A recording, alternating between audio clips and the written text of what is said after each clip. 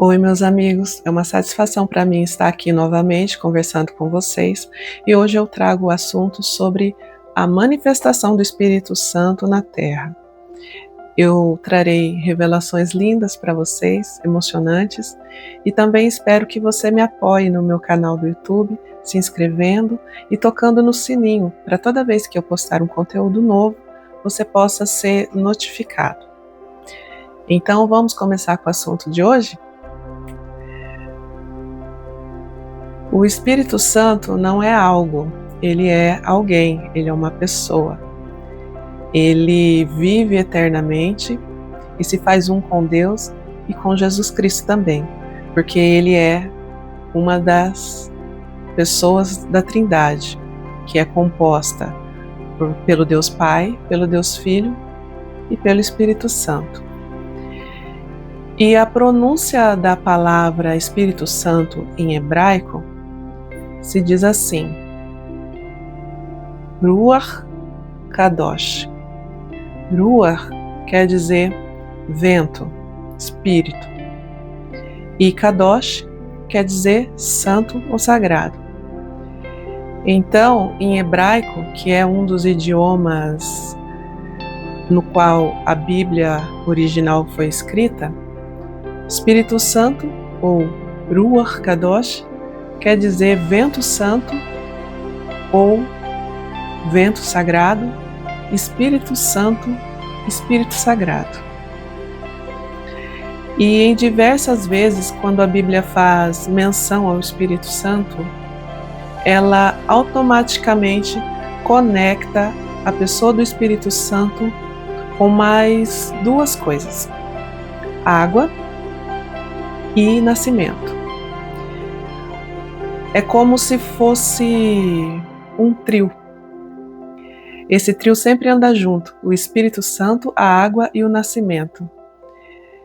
E desse encontro, dessa união, resulta vida. Sempre é assim. E nós vamos comprovar isso te dando um exemplo. Nós vamos fazer uma leitura do capítulo 1 de Gênesis. Vamos lá? No princípio, criou Deus o céu e a terra. E a terra era sem forma e vazia. E o Espírito de Deus se movia sobre a face das águas. Assim, a Bíblia nos revelou, através dessa leitura, que o Espírito Santo de Deus e a água estão envolvendo a terra enquanto ela era formada. De modo semelhante e maravilhoso, nós também fomos formados, envolvidos por água no ventre materno. E o Espírito de Deus, por ser o autor da vida, juntamente com o Deus Pai e o Deus Filho, também estava lá, movendo-se sobre a água, formando cada partícula do nosso ser, dando origem à nossa vida. É nítida a relação existente entre o Espírito Santo, a água e o nascimento. E foi Deus quem adotou esse padrão, onde tudo que vive dependeu da água para nascer. E sobre essa água, o Espírito Santo de Deus se fez presente. Assim como foi no batismo de Jesus, onde ele, que é a fonte da água da vida, se encontrava nas águas do Rio Jordão. E o Espírito Santo de Deus desceu sobre ele em forma corpórea, como se fosse uma pomba. E a partir daquele momento, nascia o ministério de Jesus na terra. Ali nascia o movimento que mudaria o mundo, com a promessa de dar vida eterna a todos aqueles que acreditam no nome de Cristo. E pouco tempo depois, um homem chamado Nicodemos procura Jesus para conversar. E a certa altura Jesus responde: Na verdade te digo que aquele que não nascer de novo não pode ver o reino de Deus. Então Nicodemos pergunta: Como pode um homem nascer sendo velho? Pode porventura tornar a entrar no ventre de sua mãe e nascer de novo? Jesus respondeu: Na verdade te digo que aquele que não nascer da água e do Espírito não pode entrar no reino de Deus. Nicodemos era mestre em Israel e não estava entendendo que Jesus falava da necessidade de sermos batizados nas águas para o arrependimento de nossos pecados e recebermos o Espírito Santo em nossa vida. Era preciso passar por um segundo nascimento, não do corpo material, mas da consciência e do Espírito, para nos conectar com o Espírito Santo de Deus. E Jesus acrescentou: Aquele que não nascer da água e do Espírito não pode entrar no reino de Deus. E Jesus continuou falando para Nicodemos: O vento assopra onde quer, e ouves a sua voz, mas não sabes de onde vem, nem para onde vai. Assim é todo aquele que é nascido do Espírito. Vocês perceberam que Jesus menciona sobre o vento? Que vento seria esse, né? Esse vento é o Ruach Kadosh, é o vento sagrado, é o Espírito Santo de Deus. E quem nasce novamente do Espírito Santo é como um vento. Ele é livre. O apóstolo Paulo, certa vez, disse que onde está o Espírito do Senhor, ali está a liberdade. Ali existe liberdade. Então, que liberdade é essa, segundo o apóstolo Paulo? A liberdade de ter o Espírito Santo na nossa vida para uma vida livre de pecado, livre da maldição que o pecado gera. E Paulo disse que o salário da morte, o salário do pecado é a morte.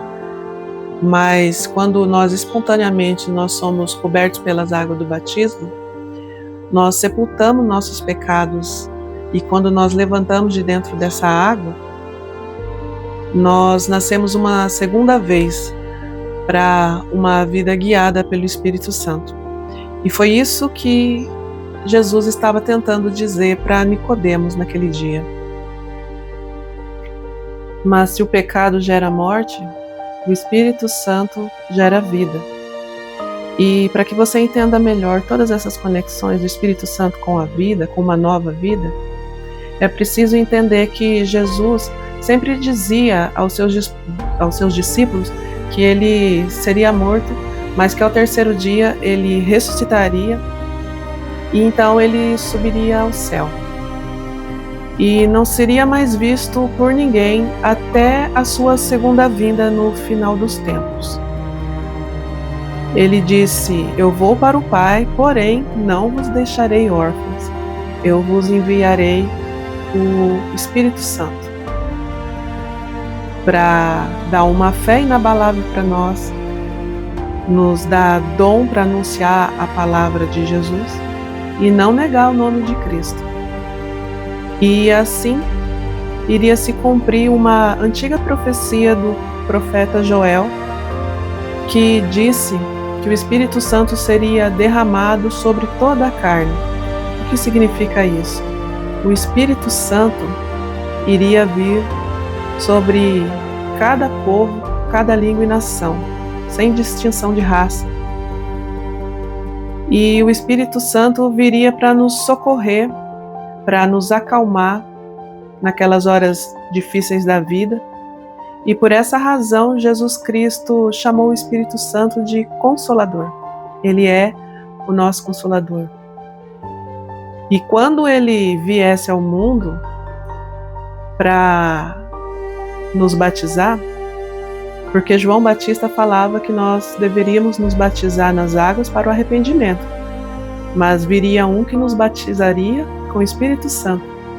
Então Jesus enviaria, após a sua morte, a sua ressurreição, ele enviaria o Espírito Santo para nos batizar. Um segundo batismo no coração, na alma.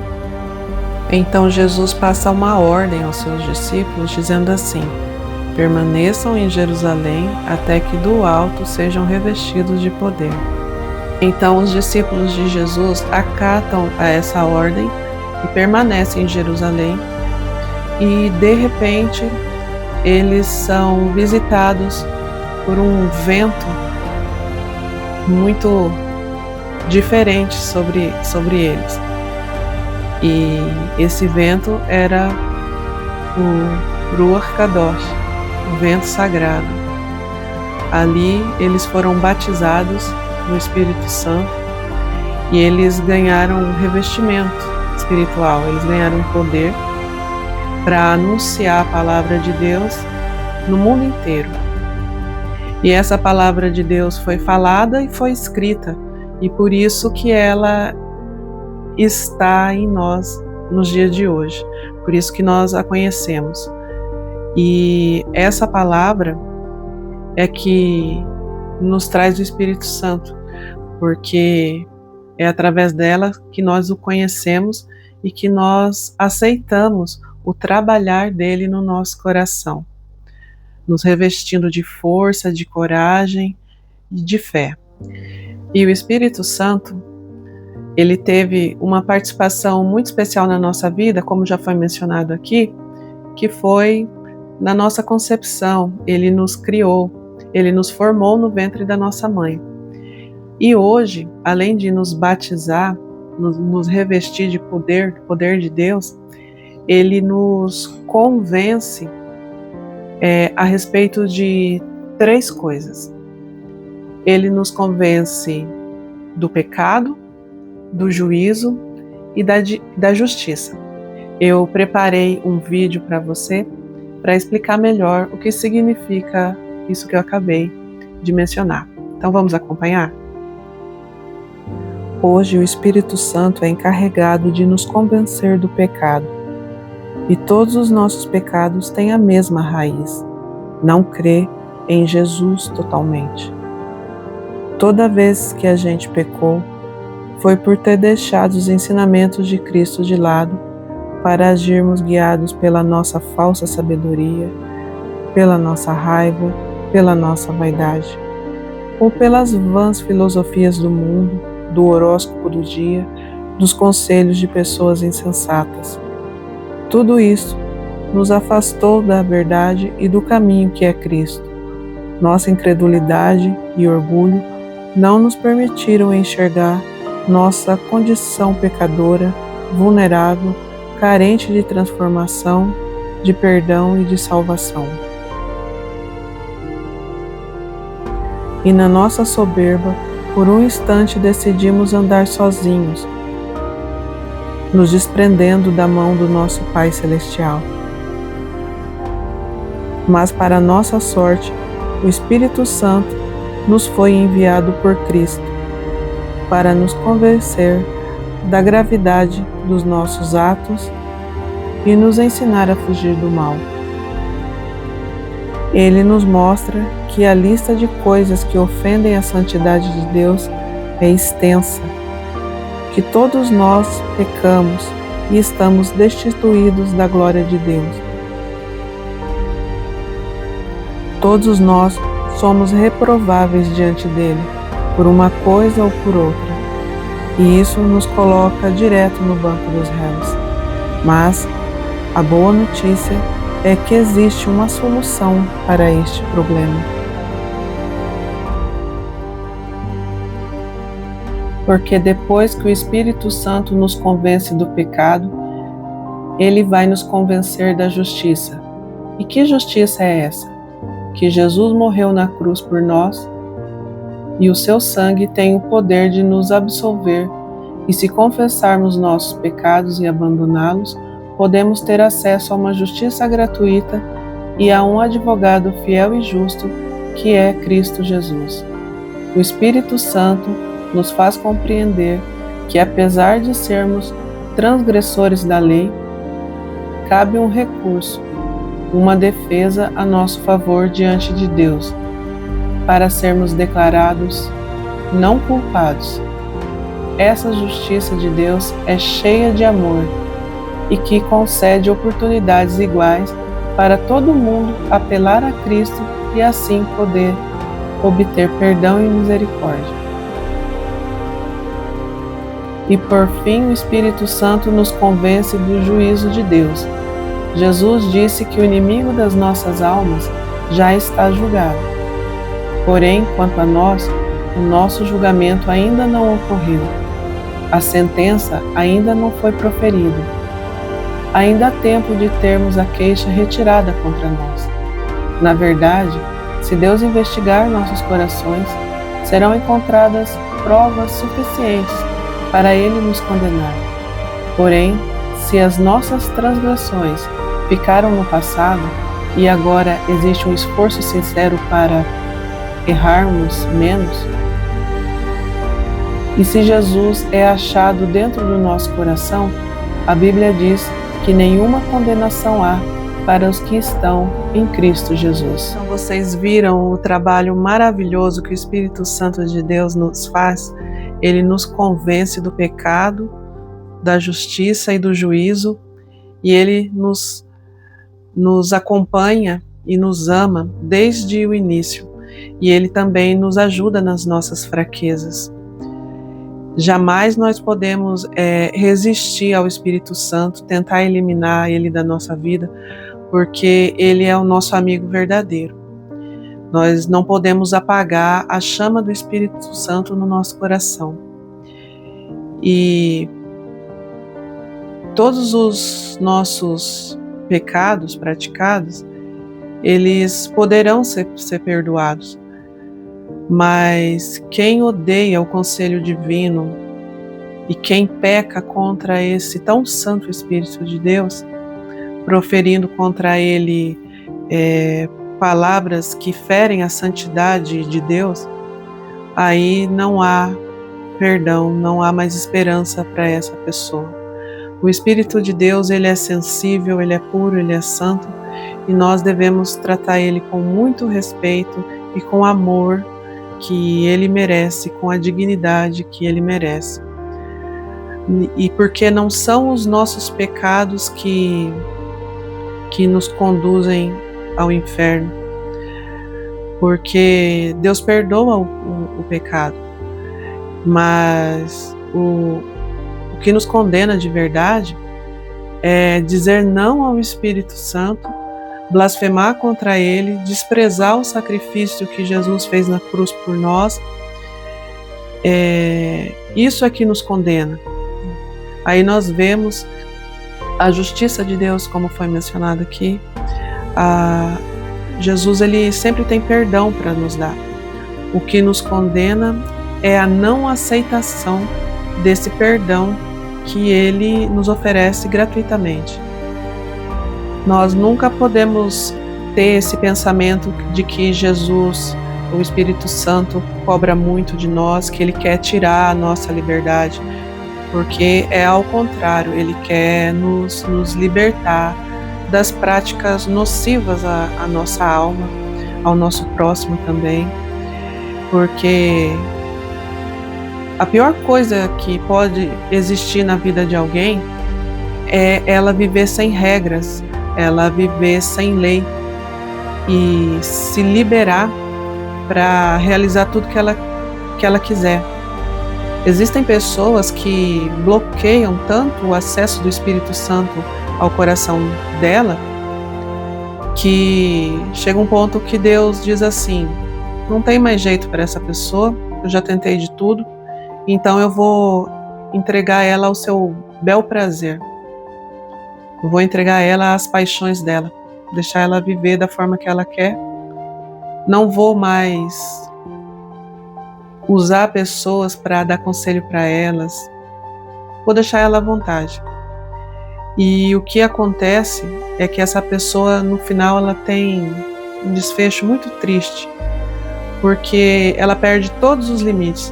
A pessoa que não dá acesso para o Espírito Santo, ela se torna uma pessoa que vai pulando de um abismo para outro abismo, e ela vai despencando para as regiões baixas, cada vez mais baixas, de escuridão, de treva, sem a luz do Espírito Santo. e a pessoa começa a se tornar obcecada, obstinada demais, e até a aparência da pessoa fica transfigurada, causa espanto em nós. E nessas condições muita gente já adoeceu, muita gente já se foi, muita gente está perdendo a vida, porque ela é dominada pelo inimigo da nossa alma. E ele vem senão para 3 coisas: para matar, para roubar e para destruir. E se você não saiu desse vídeo até agora, se você se sentiu comovido pelas palavras que você ouviu e você disse no seu interior, eu preciso do Espírito Santo, que ele faça parte da minha vida a partir de hoje, então saiba que está acontecendo uma festa no céu agora, nesse exato momento, por causa dessa sua decisão.